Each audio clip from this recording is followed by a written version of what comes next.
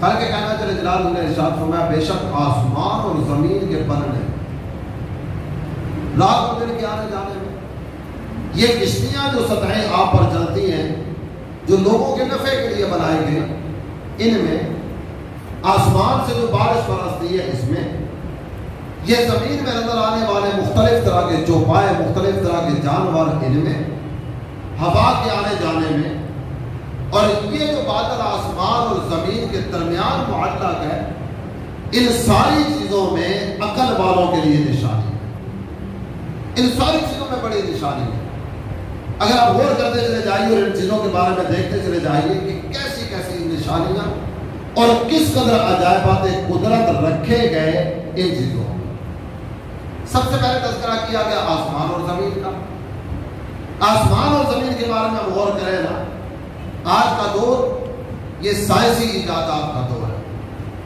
آج کا دور ترقی کا دور ہے آج کے دور کے بارے میں بات کی جاتی ہے کہ یہ علوم و فنون کی معراج کا دور ہے آج کا دور ترقی کے سارے جتنے وہ سپنے تھے نا وہ سارے کے سارے شرمندہ تعبیر ہو چکے ساری چیزیں کھل کر سامنے آ چکی آج جو کبھی خواب میں بھی نہیں دیکھا تھا نا وہ نظارے بھی ہمارے نگاہوں کے سامنے آ رہے ہیں لیکن آج اگر ترقی یافتہ دور کو سامنے رکھتے ہوئے ہم غور کریں یہ چھت ڈالا جاتا ہے یہ چونکہ مسجد تھی اور رش ہوا ہوگا تو رش میں گرمی میں آپس اور دیگر بہت ساری چیزوں کو پیش نظر رکھتے ہوئے چھت اونچا ڈالا ہے چاہیے والا چھت اونچا نارمل جو ہم چھت ڈالتے ہیں 10 فٹ 11 فٹ 12 فٹ اس سے اوپر چھت عموماً نہیں ڈالا جاتا یہ 10 فٹ کی بلندی پر ڈالا جانے والا چھت اب مجھے کوئی ایسا ذریعہ بتا دیجئے کہ نہ نیچے دیوار ہو نہ ستون ہو نہ ٹیپ ہو نہ سہارا ہو نہ آسرا ہو اور یہ چھت قائم کر دیا ہے کوئی ایسی سبیل ہے کوئی ایسا طریقہ یہ سائنسی ترقی کا دور ہے علوم و فنون کی معراج کا دور ہے لیکن آج کے دور میں بھی بغیر چھت اور بغیر دیوار اور بغیر ٹیک کے یہ چھت قائم نہیں کیا جا سکتا آپ جانتے ہیں آسمان کتنی بلندی پر حدیث میں میرے آقا نے ارشاد فرمایا زمین سے آسمان یہ 500 سال کی مسافت پر ہے 500 سال کا فاصلہ ہے زمین سے پہلے آسمان کا اور پہلے سے دوسرا دوسرے سے تیسرا تیسرے سے چوتھا ہر آسمان کا درمیانی فاصلہ 500 سال کی مسافت ہے کوئی ستون کوئی ٹیک کوئی دیوار کچھ بھی نہیں یا جو کیفیت ہمارے سامنے آتی ہے نا یہ بھی اسی چھت کو سامنے رکھتے ہوئے آپ دیکھ لیجیے یہ چھت بڑا تھا تو درمیان میں کتنے پلر کھڑے کرنے پڑے کتنے ستون دینے پڑے اور یہ ستون کہاں سے اٹھا کر ان کو باقاعدہ سے کس انداز میں بلند کیا گیا یہ تعمیرات کے موقع پر جو حضرات موجود تھے نا وہ جانتے ہیں چھت بڑا ہوگا ستون مضبوط ہونا چاہیے جب ستون ڈالنے کے بعد بھی نا یہ بیچ میں کتنے بیچ دینے پڑے تاکہ چھت نیچے نہ آ جائے چھت کو نقصان نہ ہو جائے میرے رب نے آسمان کا چھت قائم فرمایا نہ کوئی ٹیک نہ کوئی سہارا نہ کوئی آسمان اور کوئی ایسی بیم والی صورت بھی نہیں جیسا نظر آتا ہے نا ایک کنارے سے دوسرے کنارے تک دیکھ لیجیے سب ویسے کا ویسا یہ میرے رب کی قدرت اور کتنی صدیاں بیت گئی اس آسمان کو بنائے ہوئے کبھی زندگی میں آپ نے یہ نہیں سنا ہوگا کہ آسمان فلاں جگہ سے ایک انچ نیچے آ گیا لگتا یہ ہے کہ آسمان نیچے گرنے والا ہے کبھی آپ نے تصور میں بھی نہیں دیکھا سنا سوچا ہوگا یہ میرے رب کی قدرت اور پھر اس کے بعد اگلی چیز کا تذکرہ کیا گیا زمین اس زمین کی بات قرآن نے ذکر فرمائی یہ زمین بھی اللہ کی قدرت کی نشان ہے آپ اس زمین پر غور کیجئے گا پانی کھڑا ہوگا آپ یہ چاہتے ہیں کہ پانی کی سطح پر میں ریت کا ذرہ کھڑا کروں کوئی ایسی صورت نہیں ہے کہ ریت کے ذرے کو آپ بغیر کسی رکاوٹ کے پانی کی سطح پر کھڑا کر دیں یہ بالکل بے قدر سا ذرہ بالکل بے قیمت سا ذرہ بالکل معمولی سا ذرہ آپ نے جو ہی پانی کی سطح پر رکھا یہ نیچے چلا گیا ہم ریت کا معمولی سا ذرہ پانی کی سطح پر قائم نہیں کر سکتے یہ زمین جتنی بھی ہے نا ساری کی ساری یہ پانی پر قائم ہے اس کے نیچے پانی میرے رب کی قدرت اس زمین کو پانی پر قائم کر اس زمین کے تعلق سے قرآن پاک میں جو باتیں ذکر فرمائی نا، خالق کائنات جل جلالہ نے اس زمین کا تذکرہ کرتے ہوئے ارشاد فرمایا وَإِلَى الْأَرْضِ كَيْفَ سُطِحَتْ۔ یہ لوگ زمین کو نہیں دیکھتے کیسے بچھائی گئی۔ اب زمین پر غور کیجئے، کہیں خشکی ہے کہیں خشکی ہے کہیں تری ہے، کوئی میدانی علاقہ نظر آئے گا، کوئی صحرائی علاقہ نظر آئے گا، کوئی پہاڑی سلسلہ نظر آئے گا، کہیں جنگلات نظر آئیں گے، کہیں بلند و بالا پہاڑ نظر آئیں گے، کبھی ندی کبھی نالا کبھی دریا کبھی صحرا، یہ سارے کے سارے نظارے اسی زمین پر ہیں۔ کیا یہ زمین پر بھی غور کرتے زمین کیسے بچھائی گئی ہے؟ اور اسی زمین کے تعلق سے مزید اگر آپ غور فرماتے چلے جائیں، قرآن پاک نے ارشاد فرمایا وَفِي الْأَرْضِ آیات للموقنین۔ فرمایا یہ جو زمین ہے نا، اس زمین میں یقین کرنے والوں کے لیے کئی نشانیاں، یقین کرنے والوں کے لیے کئی نشانیاں ہیں زمین پر۔ جب زمین پر بھی نشانیاں ہیں، زمین کے اندر بھی نشانیاں ہیں۔ آپ زمین کے اندر غور کیجیے گا، اللہ تعالیٰ جل جلالہ نے کتنی نشانیاں ایسی ہیں جو زمین کے اندر رکھی ہیں۔ سونا کہاں سے نکلتا ہے؟ زمین کے اندر سے۔ چاندی کہاں سے ملی؟ زمین کے اندر سے۔ اور اس وقت اگر آپ غور فرمائے نا تو کتنے ہی معاملات اس طرح کے ہیں جو پیٹرول ڈیزل اور گیس کے ساتھ ہمارے مربوط ہیں۔ یہ پیٹرول ڈیزل اور گیس کہاں سے ملے؟ زمین کے اندر سے۔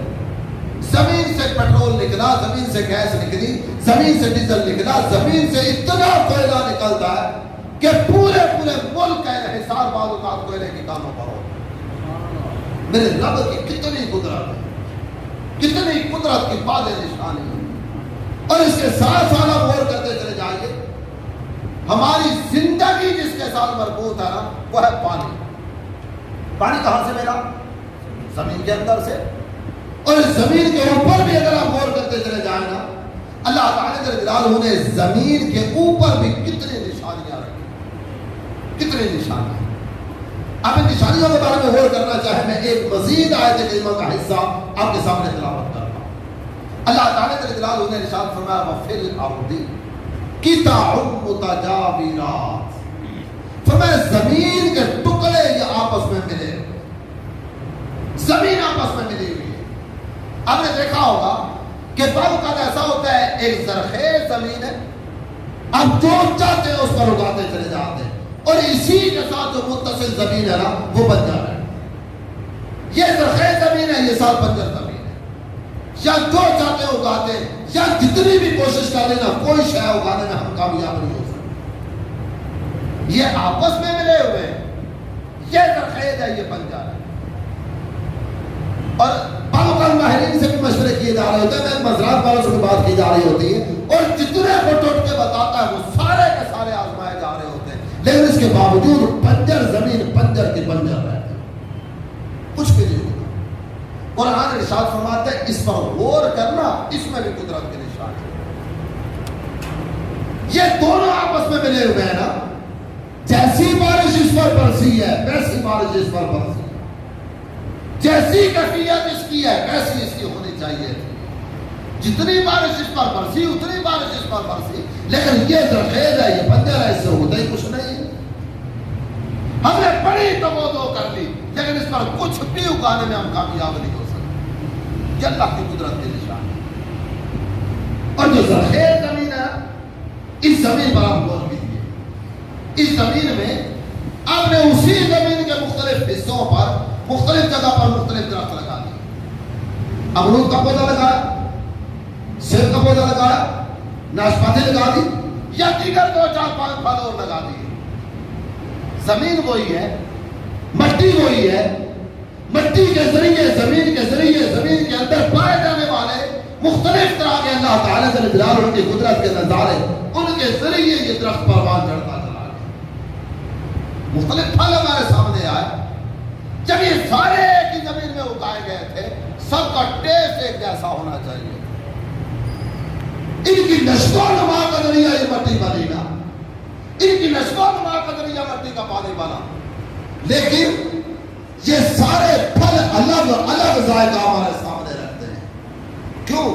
اللہ کی قدرت کے نشان۔ اور اسی مٹی سے میرے رب نے مٹی کو سونا بنایا. مٹی سونا بن کے ہمارے ہاتھ میں آئی اور اسی مٹی سے اللہ تعالیٰ نے مجھے اور آپ کو بنایا.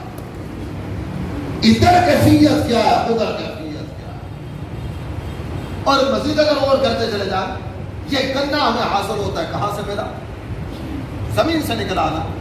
اسی گنے میں سے رس نکل رہا ہے جس سے ہم شکر تیار کر رہے ہیں, چینی تیار کر رہے ہیں. ہے کیا؟ لکڑی. اس لکڑی میں اللہ نے کتنا شیرہ رکھ دیا, میرے رب نے کتنا رس رکھ دیا. اور اس مٹی ہی میں سے نکلنے والے پودوں پر غور کیجیے. یہ پودا درخت بنتا ہے. یہ درخت کس چیز کا ہے؟ لکڑی کا. نیچے مٹی ہے, نیچے زمین ہے, درمیان میں لکڑی ہے. نہ مٹی میں ایسی خاصیت ہے کہ پھل نکال سکے, نہ لکڑی میں ایسی خاصیت ہے کہ پھل نکال سکے. اس لکڑی میں کتنے پیارے پیارے پھل ہیں جو ہمارے لیے میرے رب نے پیدا فرما دیے. آپ غور کرتے چلے جائیے. چاہے کسی بھی درخت کی لکڑی کو چیک کیجیے گا, لکڑی کھانے کی ہمت کوئی نہیں کر سکے گا. جو ہی کاٹا نا, بعض درختوں میں لکڑی کڑوی ہوتی ہے, باوجود اس کے ہاتھ آگے بڑھایا لیکن فوراً منہ پیچھے کر لیا, نہیں یار یہ نہیں کھائی جا رہا. لیکن اسی لکڑی سے نکلنے والا پھل کتنے مزے لے کر کھا رہے ہوتے ہیں. یہ اللہ کی قدرت کے نشان ہے. چاہے اس کے بعد اگر آگے غور کرتے چلے جائیں گے نا تو کئی نشانات قدرت اور کئی عجائبات قدرت ہماری نگاہوں کے سامنے آئیں گے. قرآن نے ارشاد فرمایا فاختلاف اللیل والنہار, یہ رات اور دن کے آنے جانے پر غور کرو. رات آ رہی ہے, دن جا رہا ہے, دن جا رہا ہے, رات آ رہی ہے. یہ سارے نظارے ہمارے نگاہوں کے سامنے. کبھی رات اتنی بڑی ہو جاتی ہے بندہ سو سو کے تھک جاتا ہے, رات پوری نہیں ہوتی. اور کبھی اتنی چھوٹی ہو جاتی ہے کہ رات میں نیند پوری نہیں ہوتی, چلو فجر پڑھ کے پھر سو جاؤ. یہ اللہ کی قدرت کی نشان ہے. پتہ ہی نہیں چلتا, تھوڑا تھوڑا تھوڑا تھوڑا وقفہ آتے آتے رات بڑی ہو جاتی ہے, کبھی دن بڑا ہو جاتا ہے. اس پر غور کیجئے, اللہ کی قدرت کی یہ نشان ہے. اور اس کے بعد اگر آگے بڑھے نا تو اللہ تعالیٰ کے جلالہ نے کشتی کا تذکرہ فرمایا. ہم ذرہ ریت کا مٹ پانی پر کھڑا نہیں کر سکے, دوسری طرف ہزاروں ٹن وزنی سامان لے کر یہ کشتی ایک کنارے سے دوسرے کنارے پہ جا رہی ہوتی. اور قرآن نے جو اگلی چیزیں ذکر فرمائی نا, میں اختصار کے ساتھ تذکرہ کرتے ہوئے آگے بڑھتا ہوں. دو چیزوں کا تذکرہ کیا گیا, آسمان سے برسنے والی بارش اور آسمان اور زمین کے درمیان معلق بادل. آپ ان دونوں پر غور فرمائیے. یہ بادل کہاں سے آتے ہیں, کہاں چلے جاتے ہیں, کبھی غور کیا ہے؟ بادل ایسا ہوتا ہے, ہم آسمان کی طرف دیکھتے ہیں, مطلب بالکل صاف ہوتا ہے, کوئی ایک بادل کا ٹکڑا تو کیا ٹکڑی بھی آسمان پر نظر نہیں آتا, ہر طرف صاف ہی صاف, کوئی شے نظر نہیں آتی. اور تھوڑی دیر کے بعد دیکھتے ہیں کالی پھٹا چھا چکی ہوتی ہے. یہ یکدم کہاں سے بادل نکل کر آ گئے؟ یہ بادل واپس جاتے ہیں کون سی ایسی جگہ ہے جس کے بارے میں آپ کہہ سکیں جناب یہ بادلستان ہے, یہاں سے بادل نکلتا ہے, یہاں واپس چلا جا رہا ہے؟ کوئی ایسی جگہ نہیں, کوئی ایسا ذخیرہ نہیں ہے کہ جناب یہ بادل جمع ہونے کی جگہ ہے. اللہ کی قدرت کی نشانی اس کے سوا کچھ نہیں ہے. اور اس پر بھی اگر ہم مزید غور کرتے چلے جائیں, یہ بادل بارش برساتے ہیں. ان بادلوں میں پانی کا ذخیرہ کہاں سے آ گیا؟ یہ بادل کیسے آئے اس پر بھی غور کیجیے. بادلوں میں پانی کیسے آیا اس پر بھی غور کیجیے. بعض لوگ تانے بانے جوڑ رہے ہوتے ہیں, فلسفہ والوں نے بھی باتیں کی, سائنس والوں نے دو چار باتیں کر دی. جناب یہ زمین سے بخارات اڑتے, یہ بادلوں میں جا کر بادلوں کی کیفیت بنتے اور یہ برسنا شروع ہوتے. یہ بخارات تو مسلسل اڑ رہے تھے نا, بادل مسلسل نظر کیوں نہیں آ رہا؟ یہ بخارات تو مسلسل چلتے چلے جا رہے تھے, بادل مسلسل نظر نہیں آتا. اور کتنے ہی بادل اس طرح سے نظر آتے ہیں, بادل آتا ہے کالی سیاہ پھٹا چھاتی ہے لیکن برستا کچھ بھی نہیں, آگے نکل جاتا. اور کتنے ہی مواقع پر آپ نے ایسا دیکھا ہوگا, بادل نہیں, کوئی بادل نہیں ہے, لیکن بادل نہیں بارش ہو رہی ہوتی. کتنی مرتبہ آپ نے دیکھا ہوگا بادل نظر نہیں آ رہا, بارش ہو رہی. اگر یہ بادلوں سے بارش برستی تھی تو آج بغیر بادلوں کے بارش کیسے ہو رہی ہے؟ یہ سب سب اللہ کی قدرت کے نشان ہے۔ چاہے اس کے بعد اگر مزید ایک نظارہ آپ کے سامنے رکھوں، یوں تو کئی چیزوں کا تذکرہ قرآن نے کیا، لیکن اللہ تعالیٰ کے بلال نے ایک جانور کا تذکرہ بھی قرآن میں فرمایا۔ جانور قرآن ارشاد فرماتا ہے افلا ينظرون الى الابل كيف خلقت، کیا یہ لوگ اونٹ پر غور نہیں کرتے یہ اونٹ کیسے پیدا کیا گیا؟ اونٹ ظاہری طور پر ہمارے گھروں میں جو جانور پالے جاتے ہیں ان جانوروں میں سب سے بڑا جانور یہ اونٹ ہے۔ ہمارے گھر میں بکری پالی جاتی ہے، گائے پالی جاتی ہے، گدھا پالا جاتا ہے، بھینس پالی جاتی ہے، دیگر کوئی کا جانور اور ہوگا یہ پالے جاتے ہیں۔ ان جانوروں میں سب سے بڑا جو جانور ہے نا وہ اونٹ ہے۔ کیا اس پر غور نہیں کرتے کیسے پیدا کیا گیا؟ اب جانور پالنے کے جانور گھر میں رکھنے کے جو مقاصد ہے اس کو توجہ میں لائیں۔ جانور کیوں گھر میں رکھا جاتا ہے؟ دودھ کے لیے، بوجھ اٹھانے کے لیے، زینت کے لیے، سواری کے لیے، کھیتی باڑی کے لیے، یہ چند ایک مقاصد ہماری نگاہوں میں آئیں گے۔ جانور اس لیے پالا جاتا ہے۔ اور اس کے بعد اگر جانوروں پر غور کریں گے نا، کئی جانور وہ صرف دودھ دیتے بوجھ اٹھانے کے کام نہیں آتے۔ کئی اس طرح کے صرف دودھ دیں گے بوجھ اٹھانے کے کام نہیں آئیں گے۔ بکری سے دودھ حاصل کر لو بوجھ نہیں اٹھا سکے۔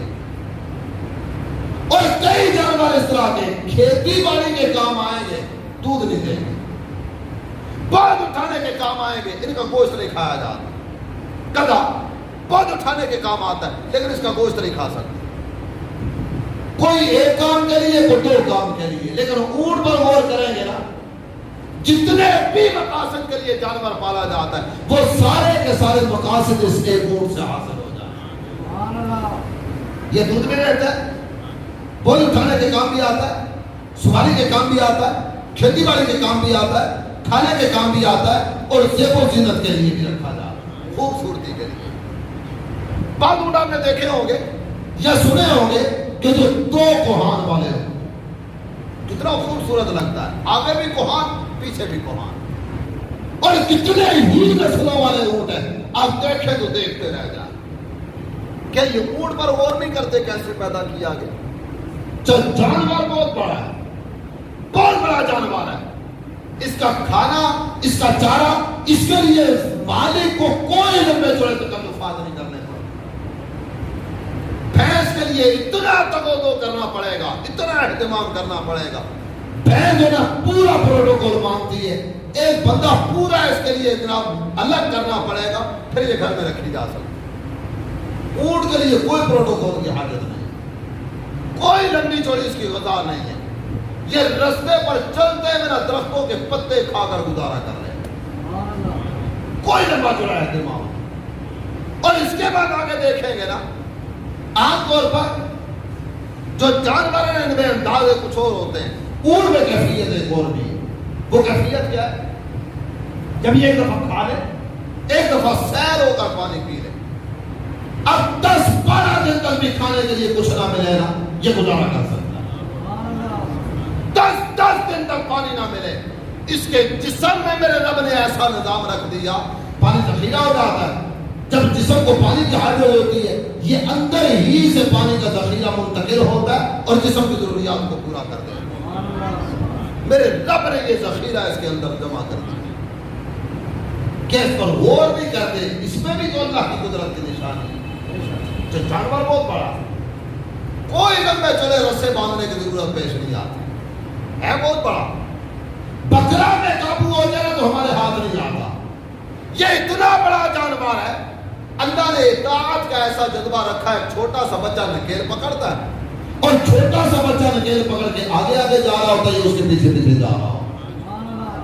کیا اس پر غور نہیں کرتے کہ اس میں اللہ کی قدرت کی نشانی موجود ہے؟ چاہے یہ اونٹ بہت بڑا ہوتا ہے، ایک بالکل معمولی سا کیڑا قرآن نے اس کا ذکر کیا، بالکل معمولی سا کیڑا۔ اللہ تعالیٰ نے ارشاد فرمایا وَأَوْحَى رَبُّكَ إِلَى النَّحْلِ أَنِ اتَّخِذِي بُيُوتًا، تیرے رب نے شہد کی مکھی کے دل میں یہ بات ڈال دی کہ یہ اپنے گھر جا کر بنا۔ کہاں کہاں؟ درختوں پر،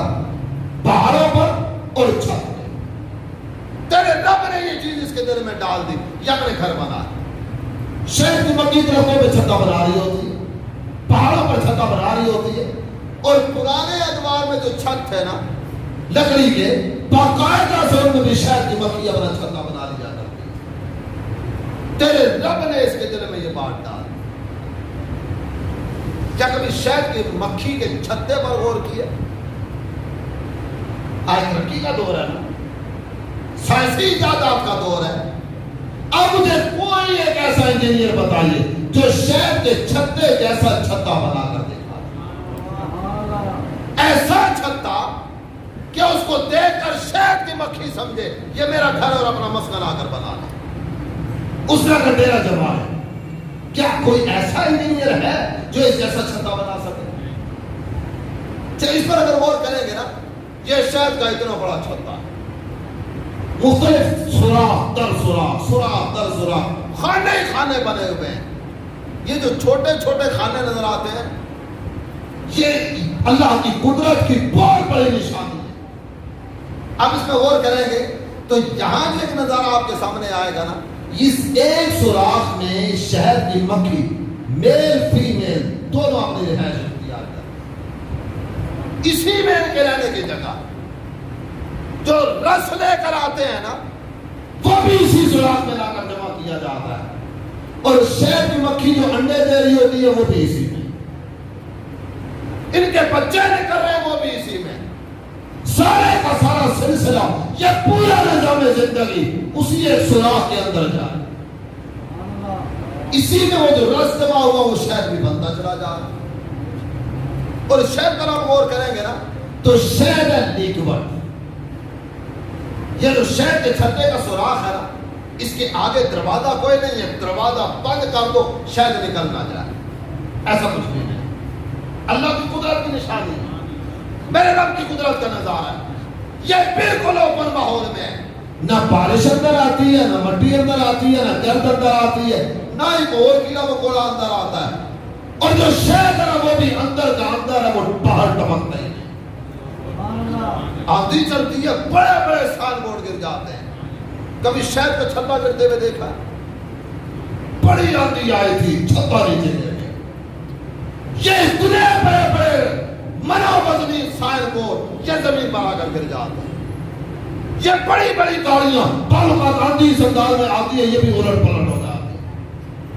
لیکن شہد کا چھتا اپنی جگہ پر قائم، اسے کچھ فرق نہیں پڑا. کیا یہ سارا نظارہ دیکھنے کے بعد توجہ اس طرح نہیں جاتی کہ میرا رب بڑی قدرتوں والا ہے؟ میرے رب نے جس کو سکھا دیا نا، وہ اتنا سا کیڑا بھی ہو، اتنا سا کیڑا بھی، تو اس کے جو کارنامے ہیں نا ان کو کوئی نہیں پا سکتا، ان تک کوئی نہیں پہنچ سکتا. یہ شہد کے چھتے کی بات آپ کے سامنے رکھیں. اس کے علاوہ اگر غور کرتے چلے جائیں، ریشم کا کیڑا، ریشم کا کیڑا یہ بالکل معمولی سا کیڑا ہے، لیکن اس سے حاصل ہونے والا ریشم کا دھاگا یہ کتنا بیش قیمت ہوا کرتا ہے. ایک کیڑے نے اتنا قیمتی تحفہ میں دے دیا. اور اس پر اگر غور کریں نا، اللہ کی قدرت کی نشانی آپ کے سامنے رکھیں. یہ ریشم کا کیڑا یہ مخصوص درخت پر ہوتا ہے، ہر درخت پر نہیں ہوتا، مخصوص درخت پر، ریشم کے درخت پر. یہ مخصوص درخت ہے جو اس پر اپنا کام کر رہا ہوتا ہے. اللہ کی قدرت دیکھیے، اس نے وہاں سے غذا حاصل کی، ریشم بنا کے ہمیں دے دی. اسی درخت سے ہرنی نے پتے کھائے، اس نے مشک بنا کر ہمیں دے دیا. اسی سے بکری نے اپنی غذا حاصل کی، اس نے دودھ ہمیں دے دیا. درخت ایک ہے، تاثیر جدا جدا ہے. درخت ایک ہے، کیفیت جدا جدا ہے. یہ میرے رب کی قدرت. اس کے بعد اگر مزید آگے بڑھے نا تو ایک نظارہ مزید آپ کے سامنے رکھتا ہوں. اللہ تعالیٰ جل جلالہ نے ارشاد فرمایا وَفِي أَنفُسِكُمْ أَفَلَا تُبْصِرُونَ. فرمایا یہ دائیں بائیں آگے پیچھے کیا دیکھ رہے ہو؟ کبھی اس چیز کو دیکھتے ہو، کبھی اس چیز کو دیکھتے ہو. کیا تم اپنے آپ میں غور نہیں کرتے؟ اپنے آپ میں خود تمہارے اندر میری قدرت کی کتنی نشانیاں ہیں. افلا تبصرون، کیا تم دیکھتے نہیں ہو؟ تمہارے اندر قدرت کی نشانیاں. آئیے اپنے اندر قدرت کی نشانیوں پر غور کریں. سب سے پہلے آپ یہ غور کیجئے گا یہ انسان بنا کیسے, انسان بنا کیسے. سورہ طاہر کی دوسری آیت کریمہ پڑھے نا تو اللہ تعالیٰ جل جلالہ نے ارشاد فرمایا انا خلقنا الانسان من نطفۃ امشاج, ہم نے اس انسان کو نطفے سے بنایا. ایک ناپاک قطرہ میری اور آپ کی تخلیق کا ذریعہ بنا. اس کی اپنی کیفیت کیا ہے, یہ بدن پر لگ جائے نا طبیعت میں ہیجانی کیفیت پیدا ہو جائے. یہ کپڑے پر لگ جائے نا, جب تک کپڑا دھو نہ لوں مجھے چین سکون اور قرار نہ آئے. یہ میرے اور آپ کے پیدا ہونے کا ذریعہ بنا ہے, ہماری ابتدائی. بڑے بڑے کاریگر آپ نے دیکھے ہوں گے لوہے پر نقش و نگار کرتے ہیں, سونے پر نقش و نگار کرنے والے, کار پر اپنی کاریگری دکھانے والے. اب مجھے کوئی ایک کاریگر ایسا بتائیے جو کاریگر پانی پر نقش و نگار کرتا ہو, پانی پر نقش بنانے والا کوئی ایک کاریگر بتائیے. ترقی کا دور ہے جناب, سائنس آسمان سے بات کر رہی ہے. لوگ کہتے ہیں جناب وہ لوگ چاند پہ پہنچ گئے, یہ ساری باتیں اپنی جگہ, لیکن کوئی ایسا کاریگر بتائیے جو پانی پر نقش و نگار بنا تھا. یہ نطفہ کیا ہے, پانی کے قطرے کے سوا کیا ہے, کچھ بھی نہیں. میرے رب نے اس پانی کے قطرے کو کیسی حسین صورتیں دے. یہ سارے نقشے ہمارے سامنے ہیں نا, میرے رب نے کیسی نقش و نگاری والا کام فرمایا, کیسے حسین چہرے. دیکھتے ہیں طبیعت کا میلان ہوتا ہے, طبیعت میں فرحت پیدا ہوتی ہے. میرے رب نے اس کو اس قطرہ آب سے بنایا. چاہے اس کے بعد اگر غور کریں نا, یہ نطفہ ماں کے پیٹ میں کتنے مراحل طے کرتا ہوا آگے بڑھے. قرآن ارشاد فرماتا ہے ثم خلقنا النطفة علقة فخلقنا العلقة مضغة فخلقنا المضغة عظاما فقسونا العظام لحما. وہ سارے مراحل جو ماں کے پیٹ میں ہم نے طے کیے, قرآن نے یہ چند الفاظ میں ہمارے سامنے رکھ دی. سب سے پہلے کیا تھا جو رحم مادر میں پہنچا, وہ ہے پانی کا قطرہ. یہ پانی کا قطرہ جمع ہوا خون بنا. یہ جمع ہوا خون یہ لوتھڑے کی صورت اختیار کر گیا. جب یہ لوتھڑا بنا نا, اسی کو ہڈی بنا دیا گیا. یہ ہڈی بنا, میرے رب نے اسی ہڈی پر گوشت چلا دیا, انسان تیار ہو گیا. دوبارہ یہ سارے انداز دیکھیے, نطفہ تھا, جمع و خون بنا, وہی لوتھڑے کی صورت اختیار کر گیا, اور اسی لوتھڑے کو ہڈی بنا دیا گیا. اس ہڈی پر گوشت چلا دیا, انسان تیار. قرآن ارشاد فرماتا ہے هو الذی یصورکم فی الارحام کیف یشاء. وہی وہ رب ہے جو تمہاری ماں کے پیٹ میں تمہاری صورتیں بناتا ہے جیسی وہ چاہتا ہے, جیسی وہ چاہتا ہے ویسی تمہاری صورتیں بنا دیتا ہے. اب غور کرتے چلے جائیں گے اللہ کی قدرت کی نشانی. عام طور پر بچہ ماں کے پیٹ میں 9 ماہ رہتا ہے, 9 ماہ کے بعد ولادت کی صورت ہوتی ہے.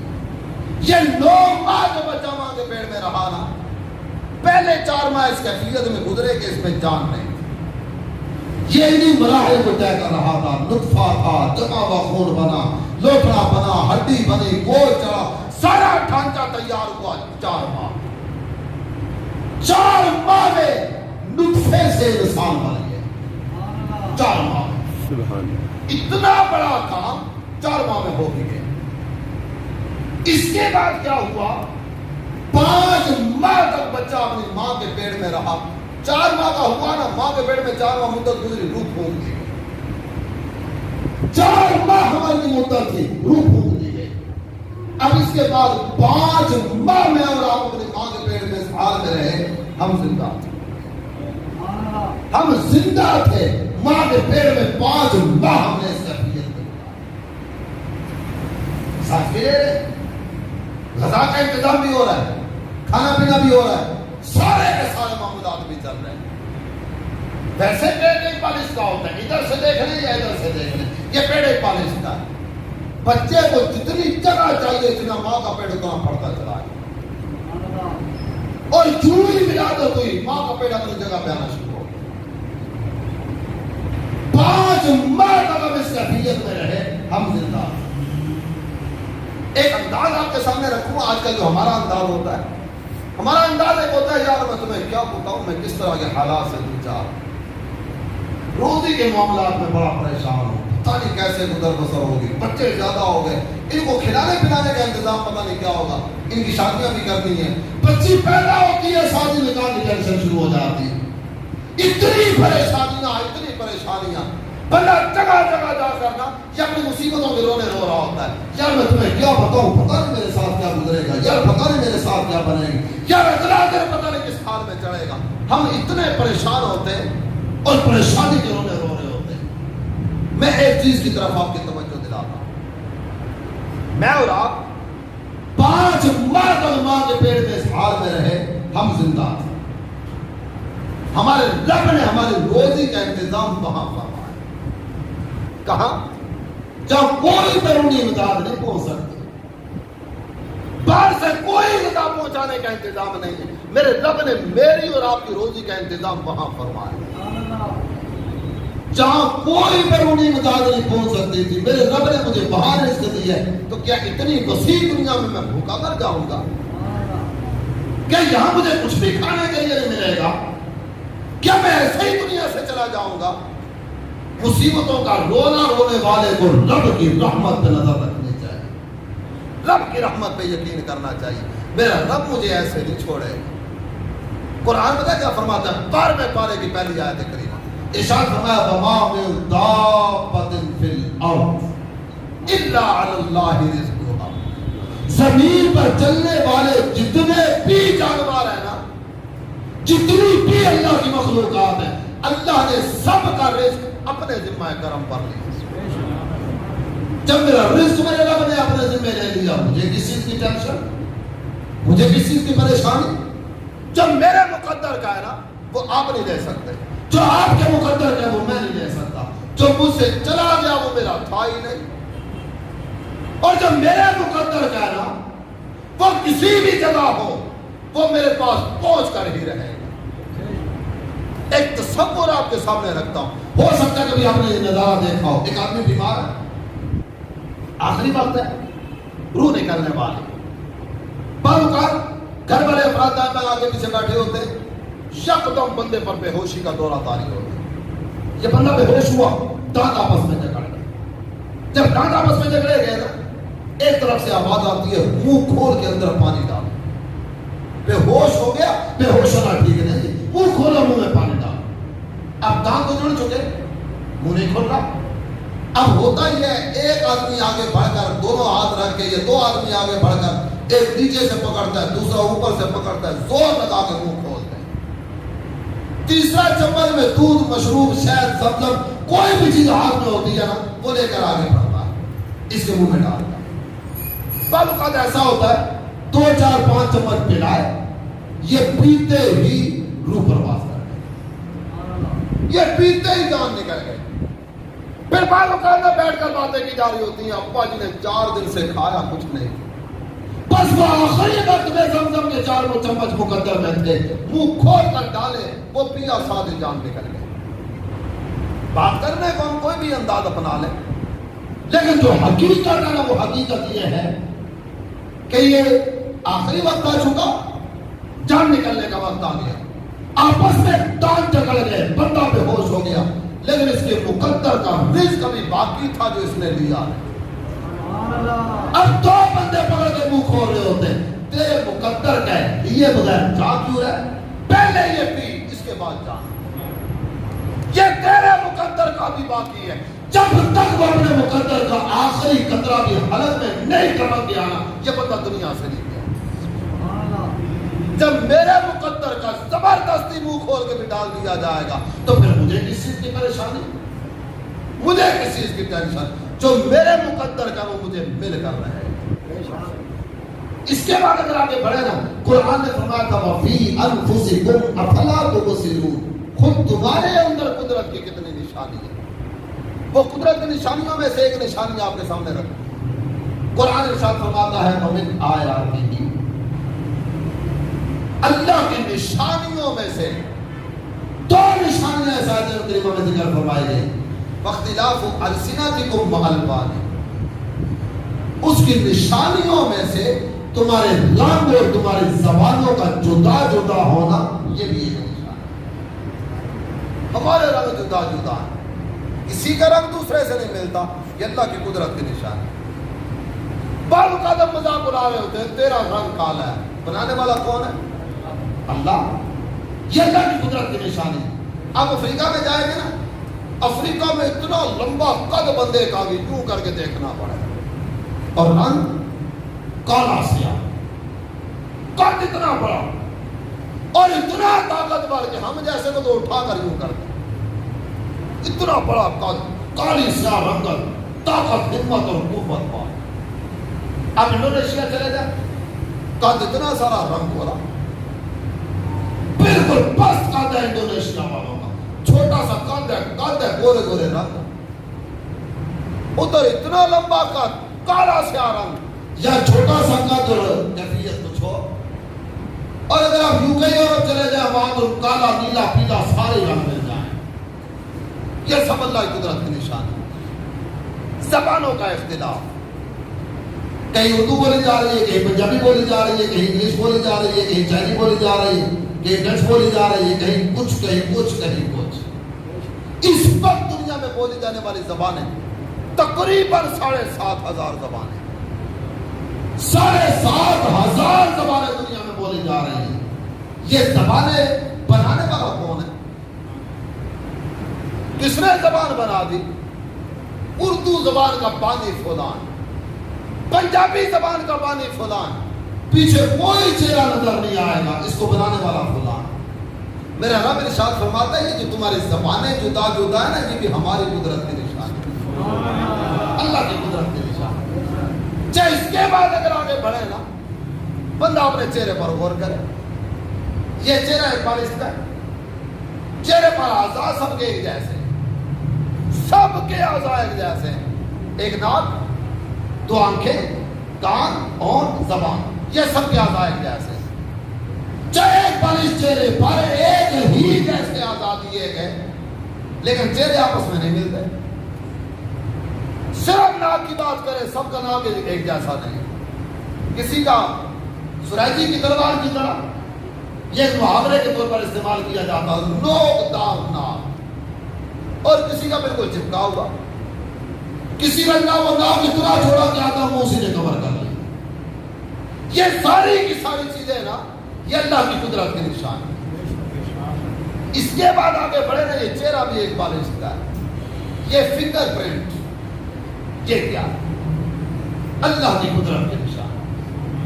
میں کسی جگہ اپنا انگوٹھا ثبت کرتا ہوں نا، میں کسی جگہ اپنے نشان ثبت کرتا ہوں، روئے زمین پر اربوں لوگ بسنے والے ہیں، کوئی ایک ایسا نہیں ہے جس کے نشان میرے نشان جیسے، پوری دنیا میں کوئی ایک نہیں، نہ تھا، نہ ہے، نہ ہوگا۔